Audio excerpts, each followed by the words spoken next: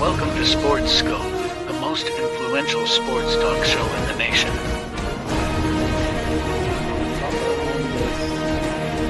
What's today, the 19th? Stay tuned for updates and great sports content.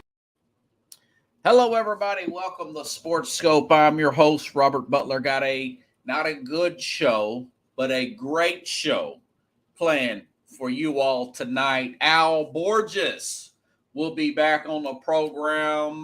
The author of Deny the Tiger. Let's see, what did he say? The story behind the undefeated SEC champion Auburn Tigers back in 2004, who denied a chance to win a national championship with the way things are now. And we got the 12-team playoff. That was definitely something of the past. So I'm going to ask him a little bit about the book now. It's been about a year since it originally came out. We'll talk a little college football as well. A little bit of I Told You So.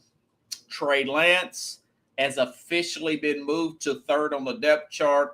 All types of trade rumors coming out of the San Francisco Bay Area. Touch on that a little bit. Corey Davis, former Tennessee Titan, Pickles. Former Tennessee Titan. He stepped away. Then they said he's retiring. Now they're saying he's just stepping away. So there's going to be some depth issues there with that Jets team to fulfill his spot. I'll talk about that and more. We'll go ahead and take our only break, and I'll be back here in 49 seconds, and we'll hit the ground running here on Sports Scope. Hello, Sports Scope followers. The program has seen tremendous growth since going 5 days a week. I just wanted to thank everybody for your cash contributions and sharing the program with friends and families. Just a reminder, if you want to contribute to the program, go to the Cash App, the cash sign, and Sports Scope. There are other ways to contribute to the program listed at the bottom of the screen. If you want to advertise on the program, go to sports, that is sports with an S, another S, scope, SKOPE, at gmail.com, just like it's listed at the bottom of the screen. Thank you and enjoy the program. All righty then. I know it's Pickles and some other people just joined me. Again, Al Borges will be coming back on the program 30 minutes into the hour. Going to ask him a little bit about his book now that I've finally got a chance to read the thing. I've been very busy. For those of you that know me, I do the 40-hour week job. Now it's more than 40. It's more like here lately it's been 48 to 56. Used to be 60 plus. Plus, I give you Sports Scope every night, Monday through Friday, 8 p.m. Eastern. So Al Borges will be back in here. Going to ask him about the Jim Harbaugh stuff, the college playoff, conference realignment. Just to see what he's been up to. Always been a great guest. Man, he is a great guest and always a really good interview, Pickles. So a lot to look forward to there. 30 minutes past the hour. Okay, a lot of news coming out of New York Jetland. I mean, the Jets have got this big light on them it's a spotlight, Pickles. And this thing is 150 degrees right now. So I just got done watching the Hard Knocks from yesterday. They picked up, it's like 3 steps forward and then 1 step and a half back, right? They've officially signed Dalvin Cook. Today it was reported, multiple reports, ESPN included Dwayne Brown, the left tackle, the infamous the most important, infamous, ain't nothing wrong with the guy. The most important piece on that team, not named Aaron Rodgers right now, has been activated at left tackle. And now, who I thought, Corey Davis is a former Tennessee Titan. Number 5th pick overall, for those of you who've been watching this program for a number of years, I said that Corey Davis was an underachiever. He was always hurt, always had a hamstring injury with the Titans, showed a lot of flashes. Some games he would have 8-9 catches, 100 yards, 2 touchdowns. Looked like he was a star in the making. Wore number 84 in college. Remind me, I think he went to the same school as Antonio Brown. Reminded me of Antonio Brown. Number 84 like Antonio Brown. And he was just not quite that player. He's got some personal issues now. He had signed, let me see what he signed. Signed a huge contract. And I was telling Titans fans here in Nashville that Corey Davis and who was the other guy? I can't remember. They lost a tight end too to the Patriots. I said both of those guys, both of those players, no love lost there. Neither one were very consistent. Both got huge concept. I think Jonnu Smith, right? Wasn't that the other one, Pickles, the tight end? Jonnu Smith, Patriots gave him a boatload of money. I said, more power to Jonnu Smith and the Patriots, more power to the New York Jets. I said this back in 21 and proven to be right. He signed a huge contract here with the let me see if I can get these numbers here. 3 years, $37.5 million contract. He missed 8 games. 8 games in 21 because of a growing injury that required surgery last year. Missed 4 games, the spring knee. In 2 seasons, he managed only 66 catches, 1,028 yards, 6 touchdowns. Like I said, Tennessee drafted him with the 5th overall pick in 2017. And I thought maybe that was probably a good pick at the time. And then even later on than that night, weeks and the season leading after that, I thought, man, what a bad pick. There's so many other good picks that the Titans, including guys like T.J. Watt, who was an all-pro level defensive player of the year, drafted with the Steelers, the Titans could have got. But you know what? That being said, I hope the best for the guy. He's supposedly stepping away. This sounds a little bit like Calvin Ridley, the mental health issue deal where he's stepping away from football for a little while. If it's me, if it's that, or if you just, but I was reading that, he'd been talking about this for a little while. I would have recommended some kind of counseling, finish up that contract, get that money, because this kind of money is not always available for you young men out here. Don't take money for granted. If you can go out and get it and get an opportunity to play with a guy like an Aaron Rodgers, it's really foolish now. But Rich Kabani, and I'm sure I'm butchering this guy's name.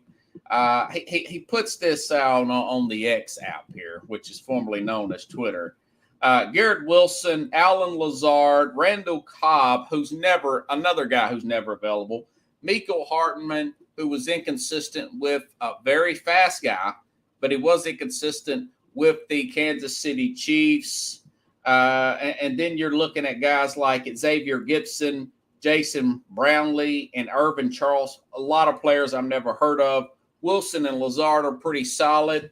They're going to need some help there at the wide receiver position there. But again, I was watching Hard Knocks today, and just what I thought it was, Pickles. You could see Aaron Rodgers as soon as Dalvin Cook signs. Now Breece Hall, he's also been taken off of the PUP list. As soon as he comes in there, Aaron Rodgers throwing little screen passes. Also, I was watching him in practice on Hard Knocks throw those little in routes, Pickles, where it's like 2 yards, kind of like with Garrett Wilson, kind of like what he would do, those routes that he would do with Devontae Adams at the goal line. They look dangerous, but he's comfortable doing it, throwing the ball to the wide receiver just right at the line of scrimmage, almost like a screen pass, a shot player, whatnot. That's why, because he doesn't trust this offensive line to hold up for him to get that ball down the field. And Randall Cobb was saying, listen, he will not throw you the ball if you're not running the right routes. That was on Hard Knocks that was taped over the weekend, and now Corey Davis has stepped away from the team. All that being said, folks, I made some notes here of some players that they could possibly pick up here that's still out there. Listen, Kenny Golladay got a very bad he got off to a bad start with the Giants, and that's the same stadium, and he never could get right. But Rodgers did get to see this guy twice a year for many of years, including he made a Pro Bowl in 2019. 29-year-old Kenny Golladay. Now, he may be having a crappy attitude and stop working. A lot of times these guys, they get that second contract and they totally lose motivation to work, And I love this guy, Robert Saleh, might not ever coach again. He might not ever be a head coach. This whole thing could blow up. But I tell you what I do like about Robert Saleh. He opened up the practice with a nice little segment here on the levels of competitors. He says you have the, let's see, what did he say here? You have the survivors, the survivor level. The survivors are guys do just a little bit not to get fired. I work with many survivors over the years. He calls that, there's 4 levels of competitors. Survival level is just a little bit not to get fired. Just come in right at 8:59 when you're supposed to be there at 9 o'clock. They do just enough not to get fired. They call out just enough not to get fired. And those are that. And then he mentioned who was the other ones here? Let's see. Hold on. Let me make sure I get this right. Then he says, then you have your contenders. They're motivated by money and external things. So the contenders level is what a lot of guys in the NFL are. And see, Carlos says he's a risky play. Maybe Galladay's a contender where he's got his money, he's motivated. He was motivated to get that second contract, and then he just kind of give up. Get the second. So that may be a Corey Davis or a Kenny Golladay type, for example. And then he says you've got your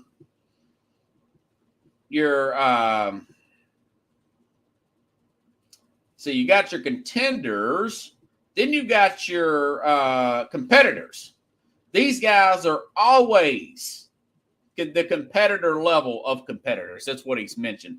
These guys, they're internally motivated regardless of the money situation. Whether they're third string, starter, Hall of Fame level, they're always motivated. The competitor's competitor level, right? Then he says, then there's the commanders. Those are the guys that are the Ray Lewis type of guys.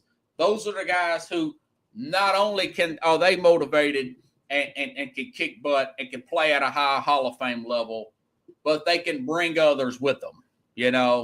Those are the guys like a Michael Jordan, like a Magic Johnson type, like a Ray Lewis, a Peyton Manning, a Tom Brady, those type of guys. So I thought that was pretty good. But a lot of NFL players, they motivated by that money. And a lot of them particularly are wide receivers in this league. So what could they do? My guess is I would try Jarvis Landry, take him in for a workout.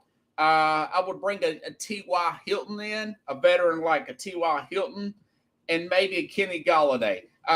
Pro Football Network mentioned players like Julio Jones and Sammy Watkins. Those guys, either Julio can't get open no more, and Sammy is hurt all the time. Now, I noticed that Jarvis Landry, very good slot guy, had his injury problems as well. So it's probably T.Y. Well, they may work out a trade for a player per se. I don't think they will, but if you feel like you have to trade for a player, I don't think they do at this point. I would probably try for Landry, but it would be between Landry and T.Y. Hilton. I would have to get a feel for. It wouldn't take long to figure out what the deal is with Kenny Golladay, But Galladay's probably in the best physical shape. He's 29 years old, got that big body. He would probably fit in pretty well, but you got to know where his head's at. You got to know where his head. It would be between those three, and I may roll with T.Y. Hilton because I know he's pretty safe. So, but if you had to trade, who's got the deepest wide receiver room in the league? Probably the LA Chargers. I would maybe try to work out something for one of their wide receivers. Maybe this guy, I think his name's Josh Palmer, somebody like that. They've got a pretty deep wide receiver room. We'll see how that would work out. So it's not the end of the world, but it is something they are thin now at the wide receiver group. I do think that is something that they should look into. But the best news is Dwayne Brown's activated, and we're basically 2 weeks and 3 days. 2 weeks and 3 days from for the start of the season. Next week is the college football season, and of course, technically a week from Thursday, Detroit and Kansas City play. So there's options there. Okay. All right. Carlos, we talked about Trey Lance. I've talked about him ad nauseum. Depth chart came out today. He's third string. He walked away from the team. He stepped away from the team today. And, the lowest moment in one person's life usually is the biggest learning experience and life reflection and growth. That's the note that I wrote here. These guys that make it to the NFL that are drafted really high, we have to look at it from a standpoint of these guys were probably the top player in their high school. They were probably the big dog in college, and now being the third pick just 2 years ago, two full seasons ago in 2021, Trey Lance is probably shattered, devastated right now, and he has stepped away from the team. As I mentioned, Sam Darnold fits more of what Kyle Shanahan's system is. I've talked about this with the Mad New Yorker before on previous programs. I think it was last week, that maybe Kyle Shanahan, the next step in his career should be to develop more of an Andy Reid-like approach. I made that note that maybe he should take an Andy Reid-like approach with a guy like where he felt like a West Coast offense was more suitable for Donovan McNabb. He did some read option stuff with the guy like a Michael Vick per se, and then with the Patrick Mahomes, he implemented more shot plays because of the strength of his arm, and he utilized the strengths of his player instead of making the player fit his system. Develop my system around the player, and it simply just didn't work out with Lance. But also, one former player, it was James Jones, and I guess he's some kind of analyst now, used to play with the Packers, says that he saw him in practice, and he's saying that the guy's still dropping the snap here, snapping the ball from center. So I hear he's a good worker. Maybe he's simply so raw out of college that he still needs some more growing to do. Okay. There's several reports here that came out about this over the springtime that Diana Rossini, formerly of ESPN, now she's with The Athletic here, She reported on this, and plus this is widely reported that at the scouting compound, that was chatter regarding possible trade with the Vikings and Kirk Cousins. The Vikings and Kirk Cousins for Trey Lance swapping spots. Now the Vikings have no arrangement with Cousins beyond this season, per se.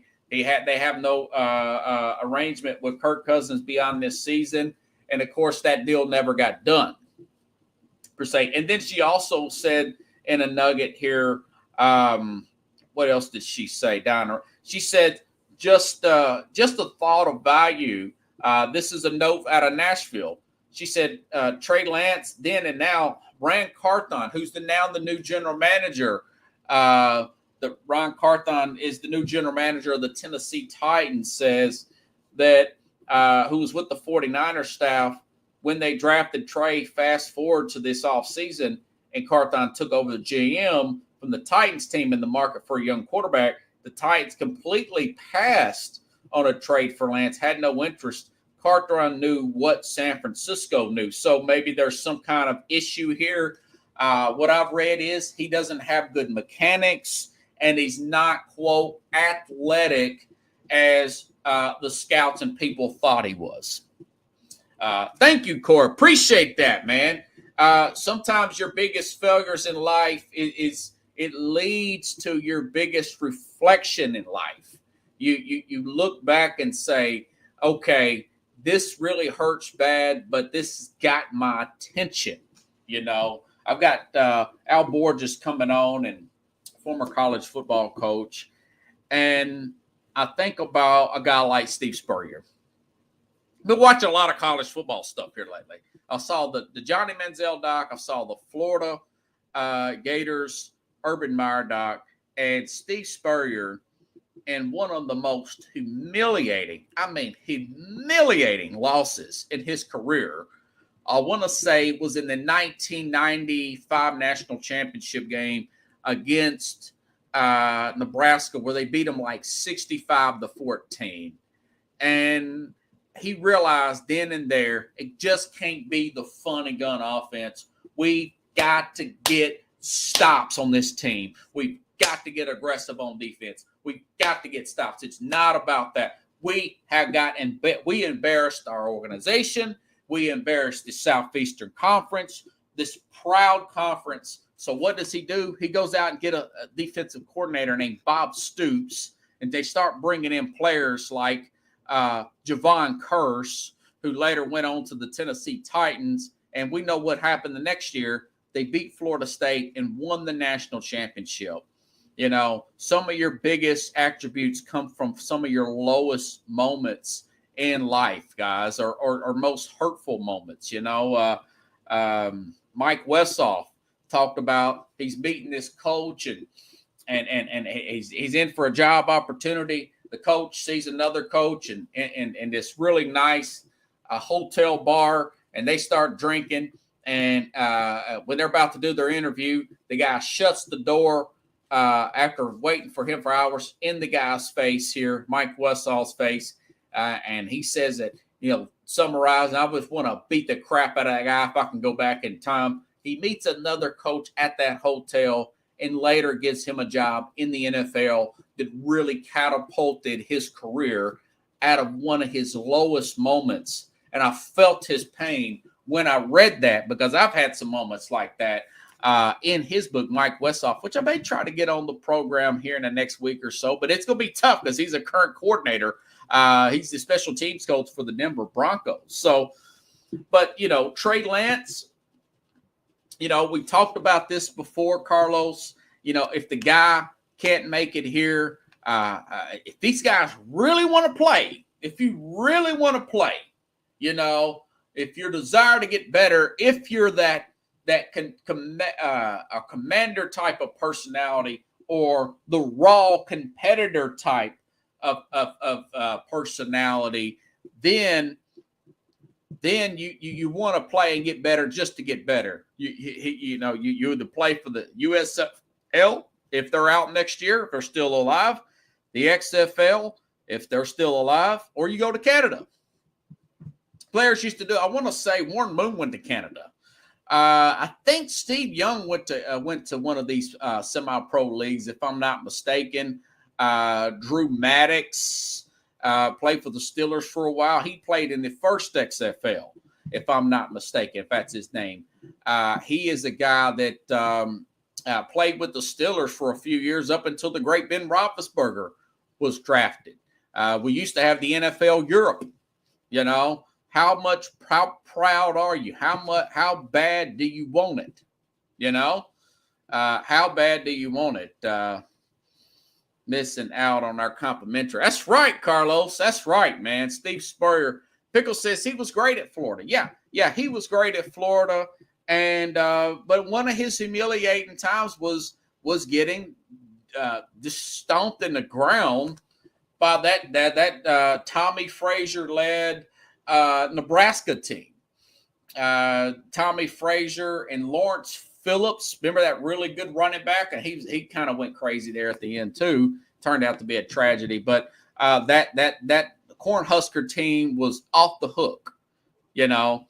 And he made the proper adjustments, and then of course they came back very strong the next year. So Trey Lance, it remains to be seen.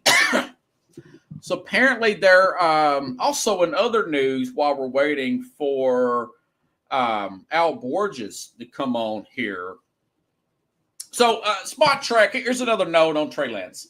So the new team would get $940,000 against their cap, which is a total steal if they took in Trey Lance this year. And then next year they would owe Trey Lance about $5 million.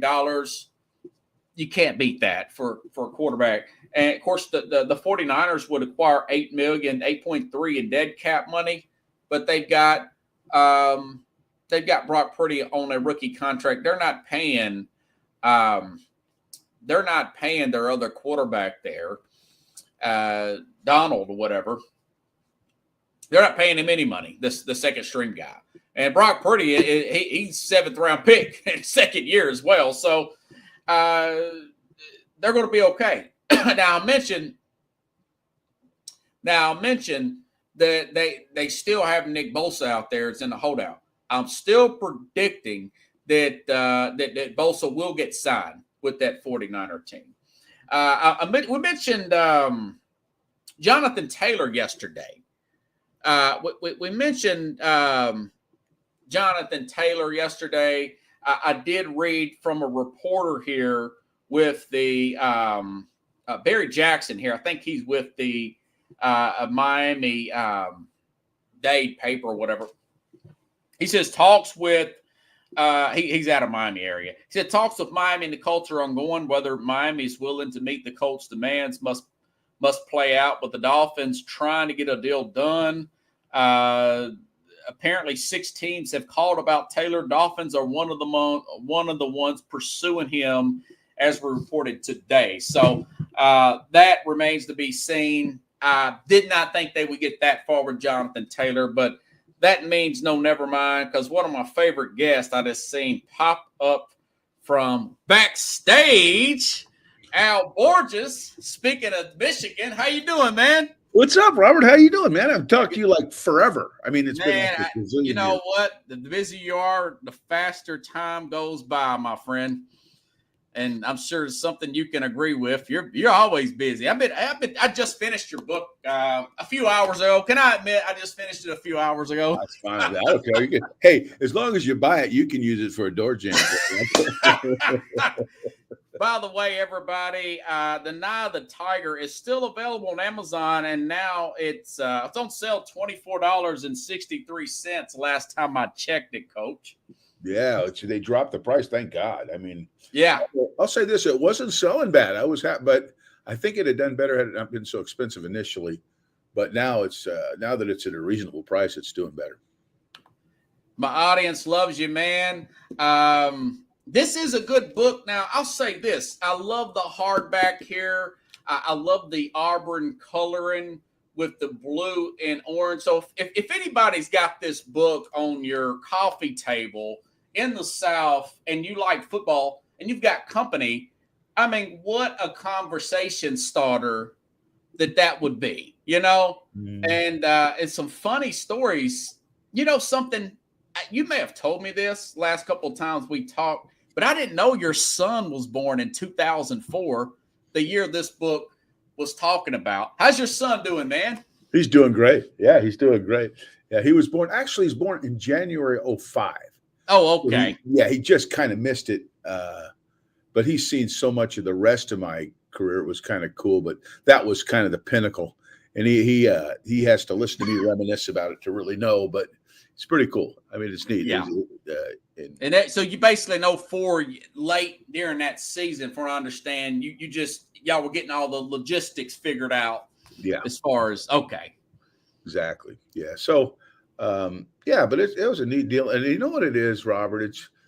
It's something that helps establish my legacy with Auburn, which was really, like I said, kind of the pinnacle of my career. And it was something for the fans, you know, because it was something I think I told you before I didn't plan on it. I mean, I really didn't. But the response when I went back there was so good that I couldn't help myself. So, yeah. So let me see. I wrote down some questions here. How's the son doing? Okay. Okay. Read the book. By the way, folks, you can look up these games. I don't know if you've done this. You may have on YouTube. Just about everyone in full. You can watch these games in full. What was the locker room's reaction? You beat Georgia late in the season. They were the number 5 team in the country, Mark Richt coach team. And I would have thought, looking back on it, you should have jumped Oklahoma, man. You beat them 24-6. What was the locker room's reaction when you found out you did not jump Oklahoma? Yeah, that was a little disappointing because I think we thought we would. You know, they didn't lose. And that was the thing that really kind of screwed us up is almost never, maybe never, does 1 and 2 go wire to wire undefeated. That just doesn't happen. Yeah. You know, so eventually we figured there'd be a little snafu in there by somebody, you know, hopefully not us, but it never happened. So we were at the mercy of the BCS, which, you know, I think was the impetus for why we have what we have today. I really believe that. But it was disappointing. Now, we still held out hope that something might happen. Now, you'll find this interesting, Robert, is I didn't put this in the book, but one of my players called me and said, Coach, you left something out that I think was relevant. And I think would have been a good story because I want to find stories. And you could tell by the book, I'm trying to find, I'm reflecting back and then talking to people, trying to get stories. And one I missed out on was when we were in the SEC championship game, we were playing Tennessee. We were beating the brakes off them. I think it was like, 28-7 or something. And they made an announcement on the PA that SC had just beaten UCLA, and UCLA was ahead because we were thinking, oh, there's your opening, right? There it is. Yeah. And they've been announcing the scores, and we're holding out hope. Hey, there it is. That's the snafu. That's going to be they announced that SC beat them, and Tennessee instantly scored 3 touchdowns right off the top. I remember that part in the book. Oh yeah, no. As a fan of Tennessee, then I did not zone on the SEC championship game because you beat the brakes off of us in the first game at 31-3 at halftime. Yeah. But this one, I thought we were going to do it again. We were scoring faster than we did the first game. But something, just the air came out of the guy's balloon for a while. Now we got it back. It turned out okay, but the air kind of came out of the balloon for a little while, and you could sense it on the sideline. But it would have been a great lead-in for another story at that point that I wish I'd have told. But I wish I had talked to that player a year earlier. But I thought that was interesting, you know. But it was a little bit of a roller coaster, you know. It wasn't a roller coaster the way we were playing. We played well the whole season, but because you're at the mercy of people's judgment rather than the scoreboard. You know what I mean? Mm-hmm. As long as you keep winning, you're at their mercy. You lose, it makes the decision easy. But and that made it hard. And it was at the end, we had, you know, the satisfaction of knowing that we didn't lose a game, but we sure as heck would have liked the opportunity to play for it all. Yeah. Now, I didn't see this in a book, but I heard this at the time. Did you guys make championship rings for the players anyways? Oh, yeah. Tuberville did. Tuberville's funny. He says, I'll take any national championship we can get. If Golf Digest names us national champions, we're taking it. And Golf Digest did, so he made a ring. Nice. I love that, man. I really do. And I'm not trying to make you feel good. I'm just telling you the truth. Now, I think you mentioned this the other time we talked. You beat Nick Saban and Jimbo Fisher at LSU. Then 2 years later, it wasn't like, for the audience here, that you were bad after Ronnie Brown and Jason and everybody, Cadillac, all went to the NFL. You guys were a 2-loss team. Then you turn around and beat Urban Meyer. At the time, did you think, man, these guys are special? These are some of the greatest coaches. Or did you just think, you know what, it's just another win. They're good. I don't think they're going to be great. No, I think we had a way when I was at Auburn of rising to the occasion for big games. We just did. We were, especially on the road. We were an amazing road team. And we had beaten, we had the great 04 season. But the next year, we were 11-2, I think. 11-2. Yeah. And our numbers were better offensively than they were with the other guys, which was, I thought, pretty good. New quarterback, different. Everybody was different, but our offense numbers were actually better. And we beat Georgia there on the road, big game. I mean, crazy game, crazy. Yeah. And then we beat Alabama at home, and we played really good. We sacked Brody Croyle like 12 times or something. And you had a pretty good defensive coordinator for the audience here, Gene Chizik. Yeah, that's my first. Chiz was good. Yeah, and we had a great working relationship. So as we went through, then the next year we beat Florida at home, and Florida won the national championship. We were the only game they lost. Number 2 ranked team in the country. Tell me what was the hype going up to that? They were starting to get cocky at that point. God, I hated Florida, man. What did you tell your guys? Y'all beat them by 10. Yeah, it was crazy. They were number 2 in the country at the time. Oh, and ended up number 1. Yeah, but we had an incredible crowd that night. I mean, it was amazing. It's the loudest that I've ever been in a stadium. The loudest, and it ignited. And it was frustrating offensively. We were moving the ball, controlling the ball. I think they ran like 46 plays. We ran like 76 plays. Oh, wow. Well, you remember all the details, huh? Oh, God. We were getting down there, and we couldn't punch it in. We kept having to kick field goals, which drives me nuts. But that kept us in the game. Defense was playing good enough. Unlike Tebow, Chris Leak was our quarterback, who was a damn good quarterback. But he wasn't as mobile as Tebow. And our pass rushers against an immobile quarterback or less than we had Quentin Groves and Stanley McClover, and good luck on that one. Okay. Yeah. They struggled with our pass rushers and our blitz. And then what really ignited the whole thing is we blocked a punt. The guy bobbled the punt. Trey Smith blocked it and fell on it, or just actually picked it up and ran it. Jumped into the end zone is what happened. And the place went crazy. I mean, that was it. That was it. I mean, our fans kind of dragged us across the finish line at the end to win it. But what a football game. And then the next year, Robert, my last year there, we went to Florida after getting drilled. We lost the game. Who did we lose? I think we lost to Arkansas. Everybody had us dead to rights. We were finished. They had some good running backs. Didn't they have like Felix Jones or somebody? Arkansas played for the Cowboys. Yeah, they were real. Yeah. But we went to Florida. Tebow was now the starter, and we beat Florida in Florida when nobody gave us a chance. Nobody thought, we're going to kill it. But we kicked a field goal on the last play of the game and won that game. I think we beat. I think I put this in the book, but I'll make sure I'm right. I think we beat 10 top 10 teams at one time or another during my tenure, and that's just not done very often. You know what I mean? Yeah. So. It was a hell of a run, and do you have a single most euphoric moment? Georgia. You don't even have. Okay. 04?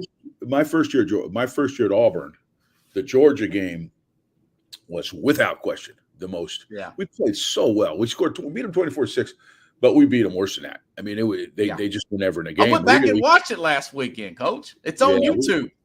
We got them good. I mean, and the kids executed. We made some clutch third downs. It was Came just off that bye week. And David Pollock, he was a big-time pro, man. He was a before he beast. broke his neck, you know. Yeah, he was a beast. He was a pain, man. I mean, because David Green, you kept him in check. That quarterback they had, because he used to beat the crap out of Tennessee. He beat everybody. He got the best of them one year, and that was it. Yeah, his college record was unbelievable. He just didn't lose very many games. And then Pollock was not just an athletic kid; he was really smart. Yeah, I mean, he was a hard guy to fool. You had to do some things to keep him loose, or he could dominate. You know, he had that type of ability. But they had a lot of guys. They had Thomas Davis. They had a kid named Blue. They had inside linebacker. His name is Davis. Played like 13 years in the pros. And Carlos brings up my audience, by the way. Then they have Darren McFadden on that Arkansas team. Yeah, had Darren McFadden and Felix Jones both, and the year I'm talking about, I think Mitch Mustaine was their quarterback. Oh yeah, they were good. They ran the football, took a lot of pressure off the quarterback, played good defense, but they were tough. I mean, they were really tough. So, it's typical SEC schedule, man. There were very many breaks. Okay, do you have Netflix, by the way? I do. Yeah. Okay. Have you been watching any of these sports documentaries? No, but I watched Reggie Jackson. I'm a baseball nut, so I watched Reggie Jackson, which was good. Which one are you thinking? Johnny Manziel. That was pretty good. But the Florida one, the Swamp Kings. They mentioned your Auburn game. By the way. I gotta watch that. Yeah, I gotta watch that. It just came out Tuesday. I watched the whole thing while I'm preparing for the program the last couple of days.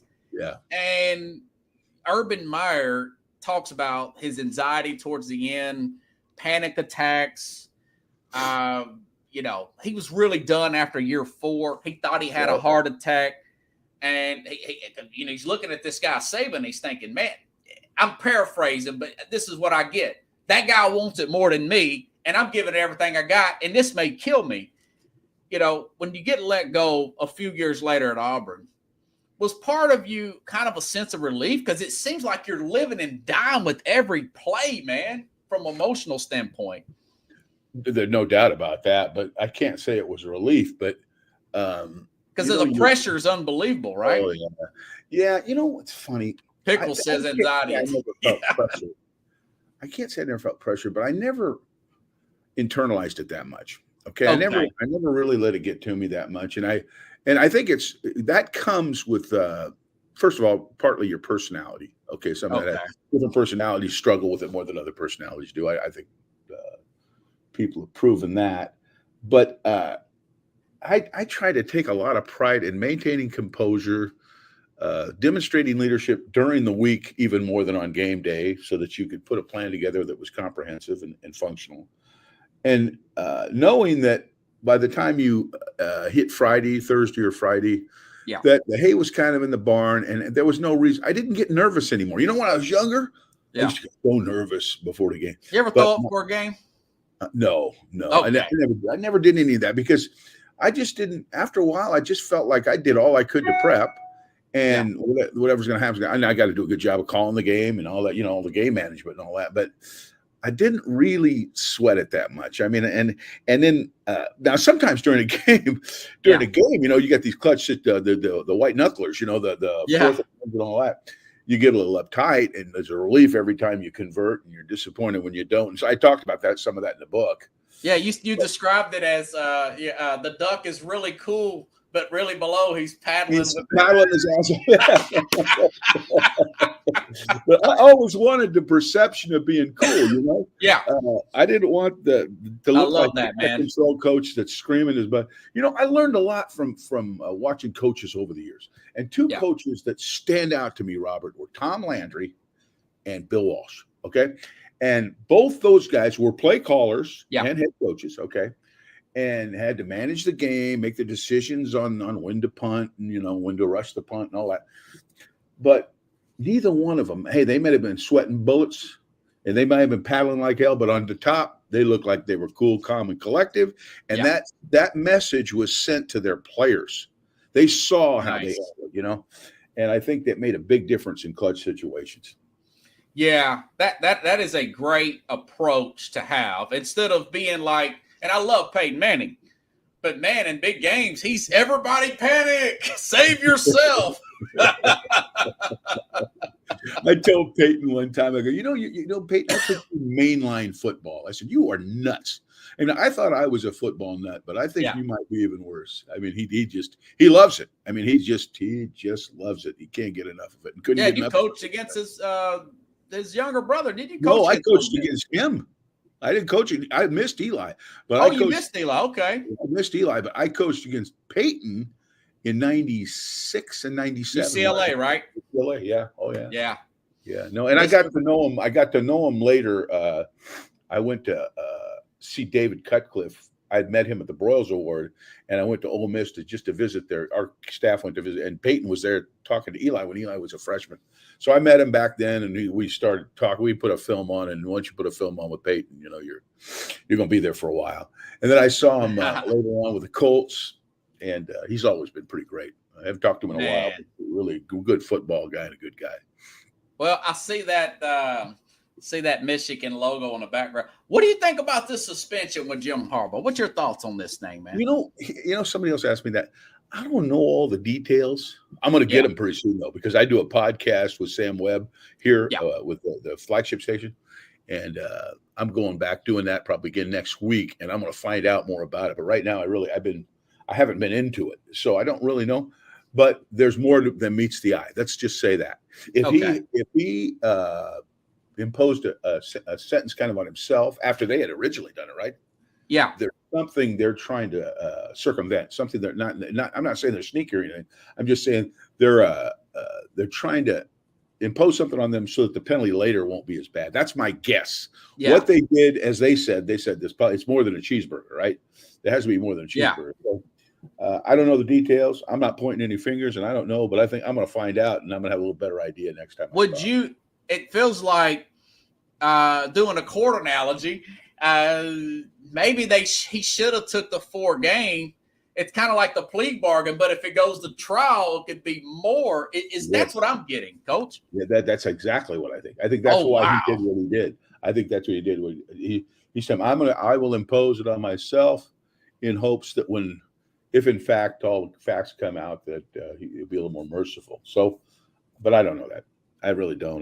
But we'll see. Only time will bear that one out. Yeah. Okay. Well, I had to ask you about that. And another little funny nugget. I was always wondering why Denard Robertson didn't play quarterback in the NFL, and it was what you said. What I later found out about Johnny Manziel, he didn't do any film study. I can't believe he got that far without doing it, but so did Johnny Manziel. He won a Heisman without doing film study. Well, Denard would do some film study. He didn't completely, but he just wasn't a guy because he was a kinesthetic learner. He could only do it for so long. Peyton, you talk about Peyton could sit in that room for 4 hours and not blink an eye and ask for more, right? He was built for it. Well, Denard has to go do something. He got to move. He's got to move. Like it says, like Elvis. He sounds like me. I can't just do it. I got to move. Treadmill. Yeah, exactly. So when you had him in film sessions, he'd watch, but if you shut those lights off and you waited too long, he'd fall asleep. I mean, I'd be slapping on the back of his head. But what you learn to do with guys like that is don't do that. Get him out and walkthroughs and things where he's got to stay active, because that's just the way he learns. If you told him, Denard, watch this film on his own, he'd watch it. He would do it, but he would do it at his own pace and as long as he could last. You know what I mean? He watched the same. It may take him the same film. May take him 4 days to watch. He'll watch it. He didn't deny it because he was very, very into football, but he just wasn't a sit in the classroom, turn out the lights and watch a video type guy. Just didn't have that kind of patience. Okay. You know what? I don't know how Johnny Manziel did what he did. Apparently he didn't do, he just had a lot of raw talent. Now, let me ask you this. You said you follow every single play of Michigan. I was for certain after beating Ohio State the way they did. that they would handle TCU. In your opinion, what happened in the TCU game? Well, the quarterback grew up the hard way with 2 interceptions for touchdowns, threw a square out off time, and then stared down a slant, and guy jumped in the middle of it. The two young quarterback moves that happened in a bad game. Like, you like to do that earlier in the season, get that into your system. Yeah. And now that was one thing.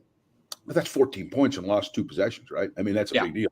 When you lose 14 points and then 2 possessions, that's painful in a game like that. But it wasn't all his fault because he did some stuff. Now, if you watched, I had no trouble splicing together a highlight tape for that game for that quarterback, because for those 2 bad ones, he made a bunch of nice plays, and he's going to be, I think, a great player before it's all said and done.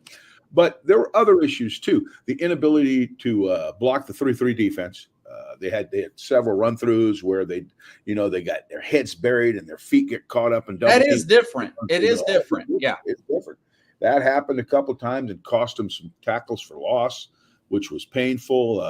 That was a factor too. And then defensively, they gave up some big plays that I would have never thought that they would give up. I mean, there were some atypical things, but let's be real now. TCU wasn't bad.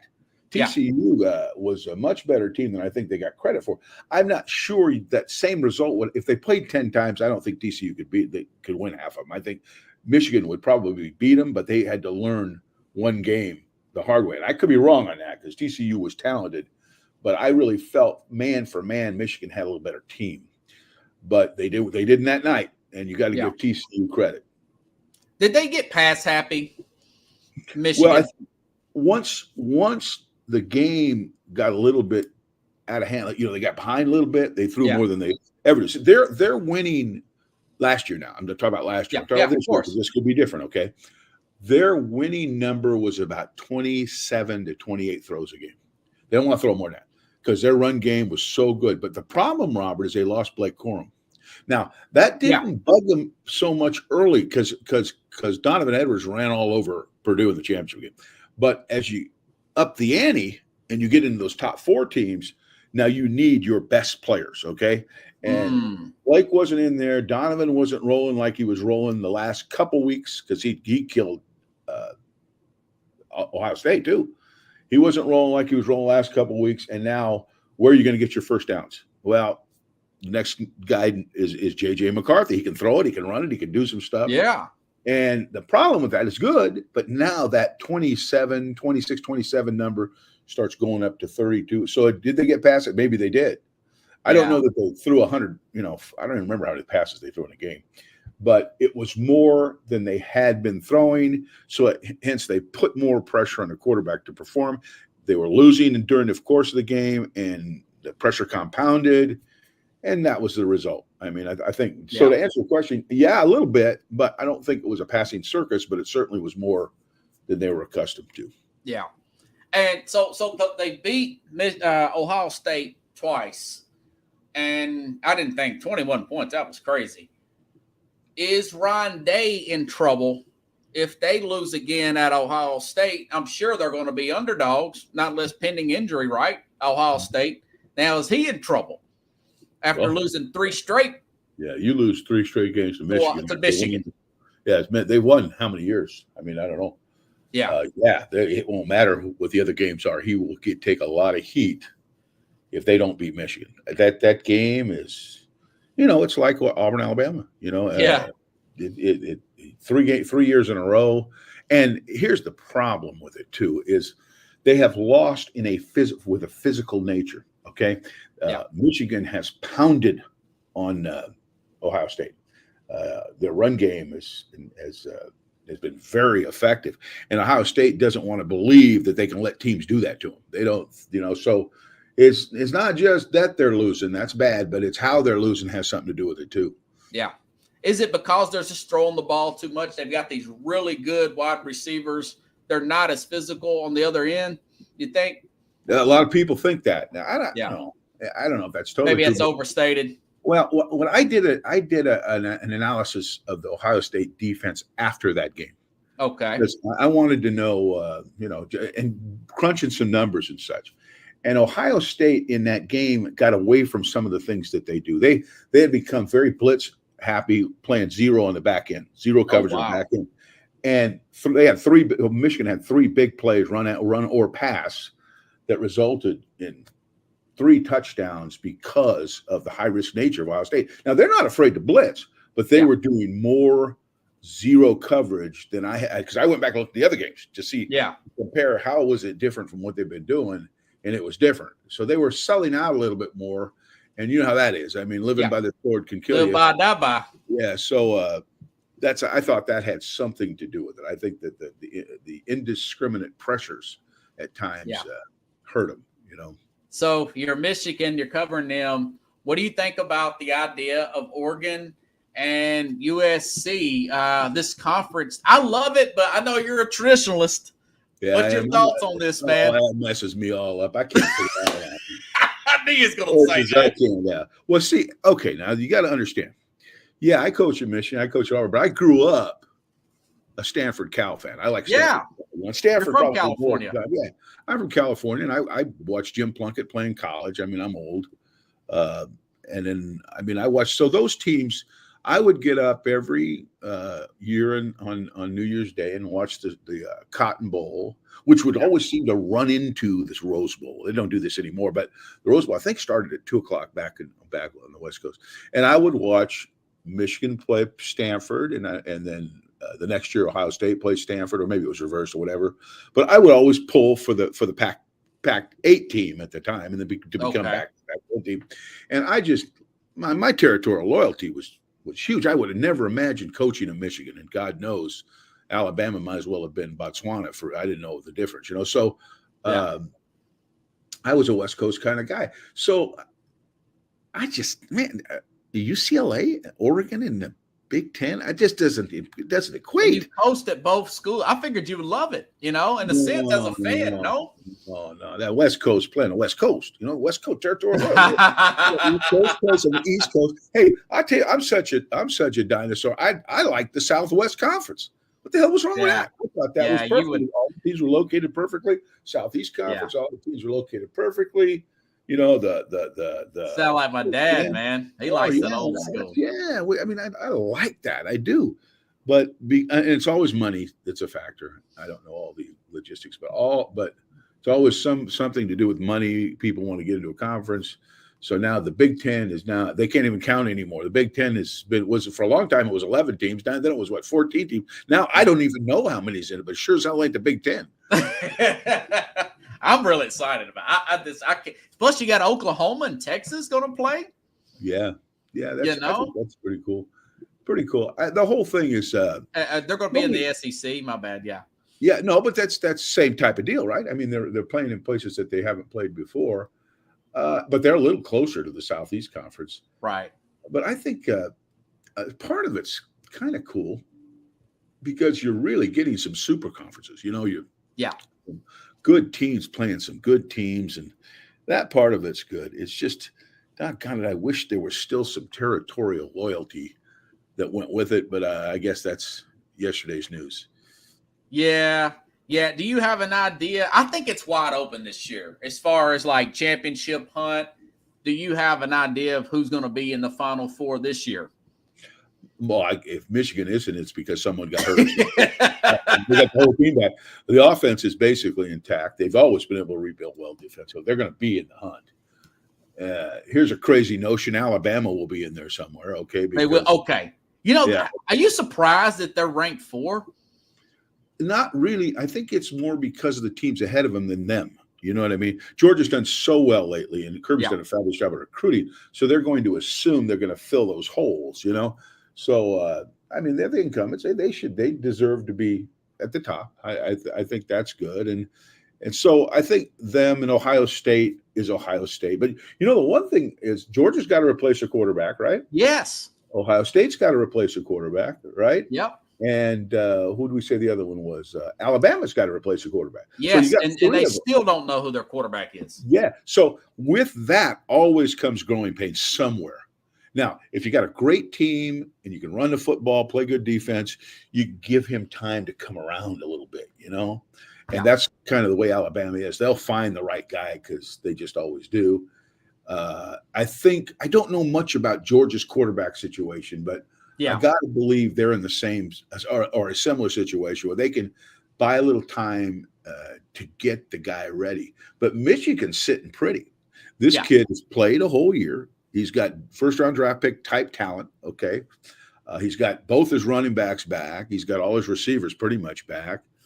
Their question, I think, is going to be how quickly they can develop some of their new people on defense, but they have a very good nucleus of defensive players coming back. So if they're not in it, I just see this as their best chance. Without question. And Jim Harbaugh said they're going to break the record. They're going to have more than 15 drafted. Do you think that's true? You think he's exaggerating? Yeah. I'd be shocked if they didn't.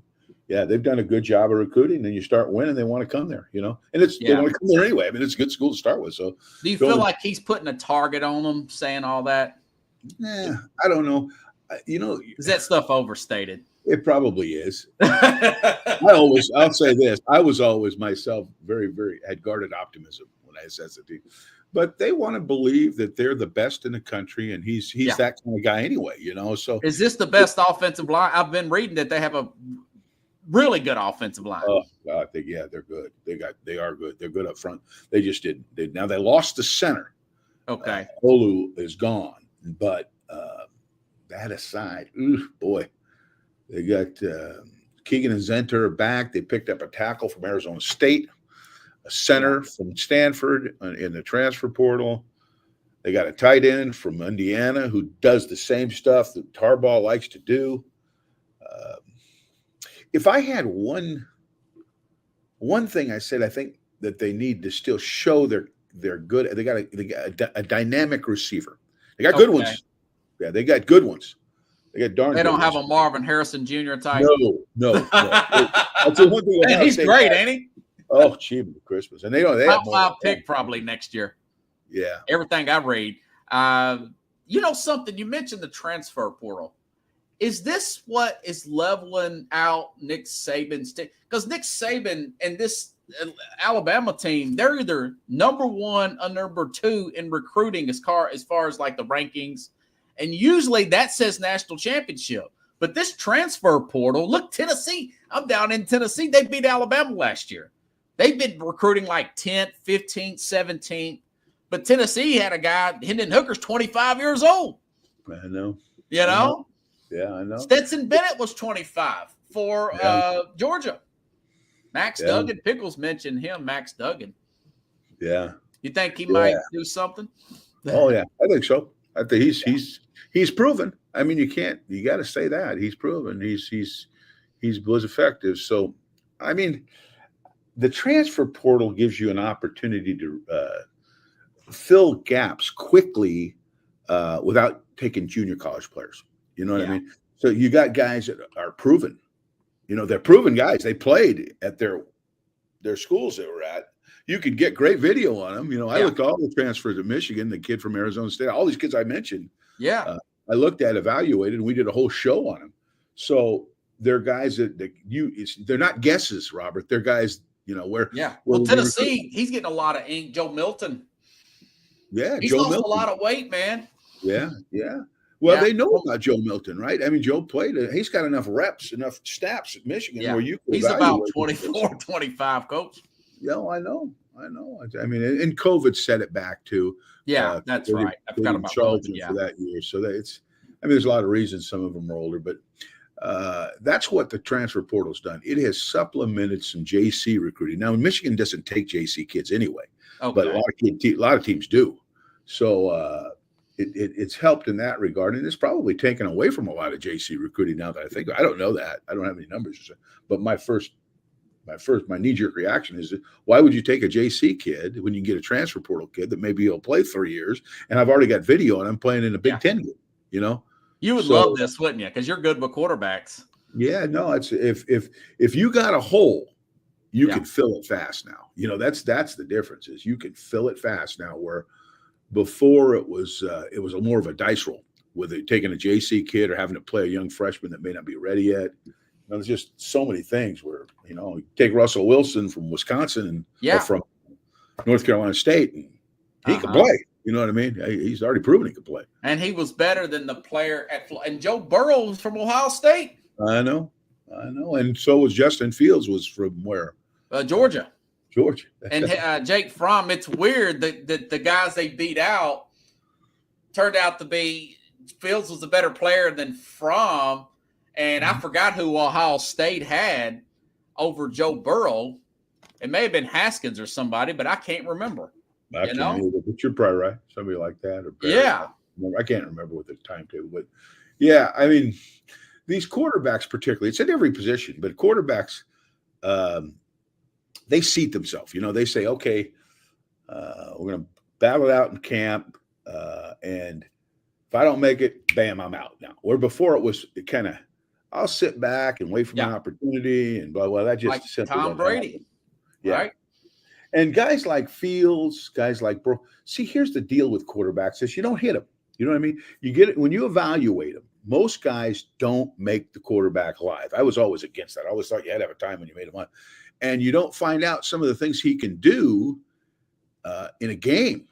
So you pick the guy that's the better passer all the time because he's better in 7-on-7. He's better throwing the team periods. But the guy in the game, the one that can create that play that breaks up the game, may not be quite as good a passer guy, but the reality of it, he might be a better quarterback, particularly in college, because mobility is such a huge factor in college because of the zone reading and all that. it's just so much more prominent. You can't simulate that in practice. It's just too hard to simulate it. No, because you got to no, not like games. I mean, because in a game they're bearing down on you, they're going to hit you. Is he going to stand in the pocket, make the throw? Can he bail out of the pocket, create a little extra time to make a throw?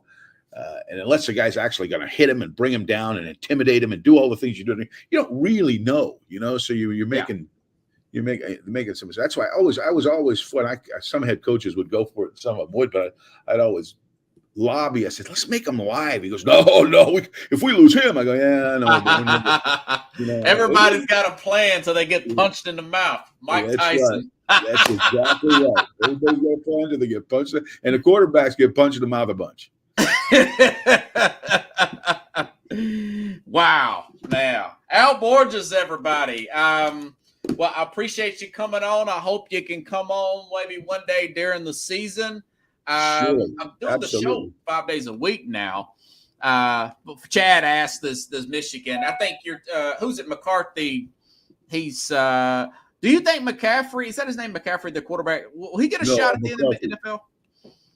JJ McCarthy? Yeah, JJ McCarthy. Yeah, oh yeah. He's gonna be a high pick. He's a really talented kid. Yeah. Question was, does Michigan think they'd rather have Milton this year? And I promise you that the answer to that is no. Because so McCartney's still a better okay.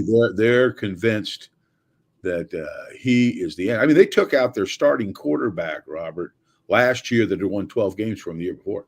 And they replaced him. They had both quarterbacks play a game and then McCarthy to be the starter the rest of the year. And he transferred to Iowa. Yeah. The starting quarterback transferred to Iowa. So, they're 100% in the boat with J.J. McCarthy, no question.